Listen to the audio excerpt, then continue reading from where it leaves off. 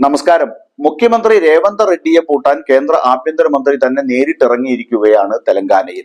ഇതിനെതിരെ ഡൽഹി പോലീസിനെ ഉപയോഗിച്ച് തനിക്കെതിരായി തയ്യാറാക്കിയ സമൻസ് അതിക്രൂരമാണെന്ന് തെലങ്കാന മുഖ്യമന്ത്രി രേവന്ത് റെഡ്ഡിയും തിരിച്ചടിച്ചിരിക്കുകയാണ്. സംസ്ഥാനത്ത് തന്റെ പ്രചാരണം നിർത്താനുള്ള തന്ത്രമാണിതെന്നും റെഡ്ഡി പറഞ്ഞു. അമിത്ഷായുടെ വീഡിയോ അപ്ലോഡ് ചെയ്തതുമായി ബന്ധമുണ്ടെന്ന ആരോപണം അടിസ്ഥാനരഹിതമാണെന്ന് റെഡ്ഡിയുടെ അഭിഭാഷകൻ പറഞ്ഞു. കേന്ദ്ര ആഭ്യന്തരമന്ത്രി അമിത്ഷായുടെ വീഡിയോ കേസിൽ കോൺഗ്രസ് നേതാവിനെ ഡൽഹി പോലീസ് വിളിപ്പിച്ചതിന് പിന്നാലെ മോദി ഭരണകൂടം തന്നെ ഭീഷണിപ്പെടുത്തുന്നതിനെതിരെ തെലങ്കാന മുഖ്യമന്ത്രി രേവന്ത് റെഡ്ഡി നിലപാടെടുത്തു. സമൻസ് ക്രൂരം എന്ന് വിശേഷിപ്പിച്ച അദ്ദേഹം ജനങ്ങൾക്കിടയിൽ ഭയം ജനിപ്പിച്ചുകൊണ്ട് എത്ര കാലം തന്റെ ഭരണം തുടരുമെന്ന് മോദിയോട് ചോദിച്ചു. വിവാദമായ ഒരു നീക്കത്തിൽ വീഡിയോ സോഷ്യൽ മീഡിയയിൽ പോസ്റ്റ് ചെയ്തുവെന്ന് ആരോപിച്ച് രേവന്ത് റെഡ്ഡിയെയും ആന്ധ്രാപ്രദേശ് കോൺഗ്രസ് കമ്മിറ്റിയിലെ 4 അംഗങ്ങളെയും ഡൽഹി പോലീസ് വിളിച്ചു വരുത്തിയതാണ് ദേശീയ തലത്തിൽ ചർച്ചയായത്. രേവന്തിനെതിരെ ഡൽഹി പോലീസ് ഫയൽ ചെയ്ത പരാതിയിലെ എല്ലാ ആരോപണങ്ങളും റെഡ്ഡിയുടെ അഭിഭാഷകൻ നിഷേധിച്ചു. ഡൽഹി പോലീസുമായി ബന്ധപ്പെട്ട അഭിഭാഷകൻ കേസിനാസ്പദമായി എക്സ് ഹാൻഡിൽ വീഡിയോ ട്വീറ്റ് ചെയ്തു, റീട്വീറ്റ് ചെയ്തു എന്ന കുറ്റം മുൻകൂട്ടി നിശ്ചയിച്ചതും തെറ്റുമാണ് എന്ന് അറിയിച്ചു.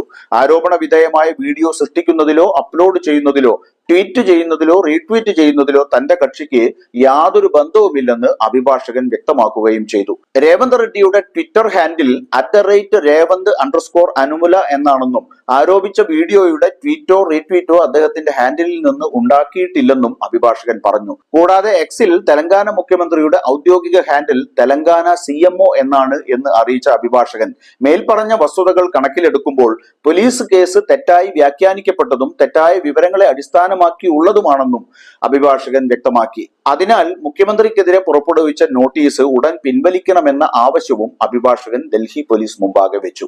തെലങ്കാനയിലെ തന്റെ എല്ലാ മീറ്റിംഗുകളും കൂടിക്കാഴ്ചകളും നിർത്തി ഡൽഹി കോടതികളിൽ ഹാജരാകാനാണ് തന്നോട് ഡൽഹി പോലീസ് ആവശ്യപ്പെടുന്നതെന്ന് പറഞ്ഞ രേവന്ത് റെഡ്ഡി അധികാര ദുർവിനിയോഗമാണ് ഇക്കാര്യത്തിൽ കേന്ദ്ര ഗവൺമെന്റ് നടത്തുന്നതെന്ന് ആരോപിച്ചു.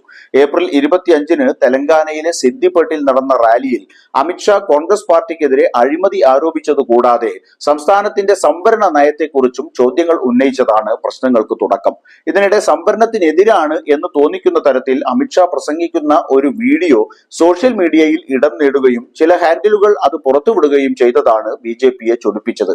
വീണ്ടും BJP സർക്കാർ രൂപീകരിച്ചാൽ SC/ST സംവരണം റദ്ദാക്കും എന്ന മട്ടിൽ അമിത്ഷാ പ്രസംഗിക്കുന്ന വീഡിയോയാണ് വൈറലായത്. BJP റാലിയിൽ മുസ്ലിങ്ങൾക്ക് നൽകിയ സംവരണം അവസാനിപ്പിക്കുന്നതിനെ കുറിച്ച് ഷാ സംസാരിച്ചതും ഇതോടൊപ്പം വലിയ ചർച്ചയായി. ബുധനാഴ്ച ഡൽഹി പോലീസിന് മുമ്പാകെ ഹാജരായ റെഡ്ഡിയുടെ അഭിഭാഷകൻ ഷായുടെ പ്രസംഗത്തിന്റെ വീഡിയോ സൃഷ്ടിച്ചതിലോ പോസ്റ്റ് ചെയ്തതിലോ റെഡ്ഡിക്ക് യാതൊരു ബന്ധവുമില്ലെന്ന് പറഞ്ഞു. ഡീപ് ഫേക്ക് വീഡിയോയുടെ സൃഷ്ടാവിനെ തിരിച്ചറിയാൻ അധികം താമസമില്ലെന്നും എന്നാൽ സംശയിക്കുന്നയാളെ സമീപിക്കുന്നതിന് മുമ്പ് അത് അപ്ലോഡ് ചെയ്തതോ ഫോർവേഡ് ചെയ്തതോ ആരാണെന്ന് പരിശോധിക്കേണ്ടതുണ്ടെന്നും ഡൽഹി പോലീസ് വൃത്തങ്ങൾ പറഞ്ഞു. മെയ് 13-നാണ് 4ാം ഘട്ടത്തിൽ തെലങ്കാനയിൽ വോട്ടെടുപ്പ്. തെക്കേ ഇന്ത്യയിൽ നിന്നും കൂടുതൽ സീറ്റുകൾ പ്രതീക്ഷിക്കുന്ന BJPക്ക് അതിന് തടസ്സം നിൽക്കുന്നവരിൽ പ്രമുഖൻ എന്ന നിലയിൽ രേവന്തിനെ പൂട്ടിയേ മതിയാകൂ. തെലങ്കാനയിലും ആന്ധ്രയിലും രേവന്ത് നടത്തുന്ന ചടുലമായ ഇടപെടലുകളിൽ അസ്വസ്ഥരാണ് BJP. അതുകൊണ്ട് തന്നെ ഒരു ഫേക്ക് വീഡിയോയുടെ പേര് പറഞ്ഞ് പ്രചാരണ രംഗത്തുനിന്ന് രേവന്തിനെ അകറ്റി നിർത്താനായാൽ അത് തങ്ങൾക്ക് നേട്ടമാകുമെന്നാണ് BJPയുടെ കണക്കുകൂട്ടൽ. 2 മുഖ്യമന്ത്രിമാരെ ജയിലിൽ അടച്ച് ഇന്ത്യ സഖ്യത്തിന്റെ പ്രചാരണത്തെ ഇല്ലാതാക്കാൻ കഴിഞ്ഞതിലെ ആവേശവും അവർക്കുണ്ട്. മൂന്നാമതൊരു മുഖ്യമന്ത്രിയെ കൂടി അകത്തിടാനായാൽ ദക്ഷിണേന്ത്യയിൽ വൻ കുതിപ്പ് നടത്താം എന്ന BJPയുടെ തന്ത്രം എന്തായാലും ജനാധിപത്യ സംവിധാനത്തിനും സ്വതന്ത്രവും നീതിയുക്തവുമായ തെരഞ്ഞെടുപ്പിനും ഭൂഷണമല്ല എന്ന് പറയാതെ വയ്യ.